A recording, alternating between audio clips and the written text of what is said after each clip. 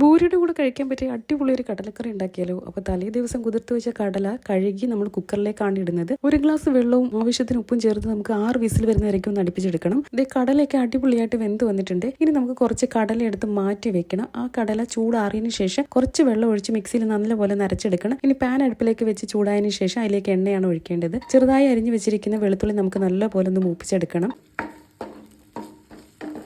ഇനി ഇതിലേക്ക് ഒരു വലിയ സവാള അരിഞ്ഞതാണ് ചേർക്കേണ്ടത്.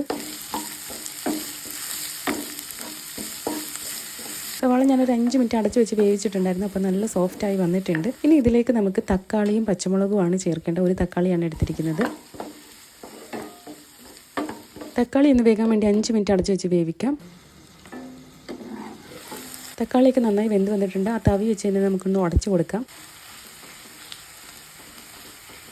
ഇനി ഇതിലേക്ക് പൊടികളാണ് ചേർക്കേണ്ടത്. ആവശ്യത്തിന് ഉപ്പും, 2 സ്പൂൺ കാശ്മീരി മുളക് പൊടിയും, 1 സ്പൂൺ മല്ലിപ്പൊടിയും, 1 സ്പൂൺ ഗരം മസാലയും, കുറച്ച് മഞ്ഞൾപ്പൊടിയും ചേർത്ത് നന്നായിട്ടൊന്ന് മിക്സ് ചെയ്തെടുക്കണം.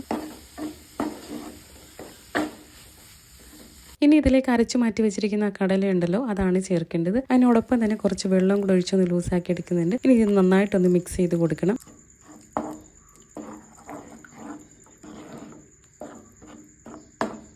ഇനി ബാക്കിയുള്ള കടലയും കൂടി ഇതിലേക്ക് ചേർത്തതിന് ശേഷം നന്നായിട്ട് നമുക്കൊന്ന് മിക്സ് ചെയ്തെടുക്കാം.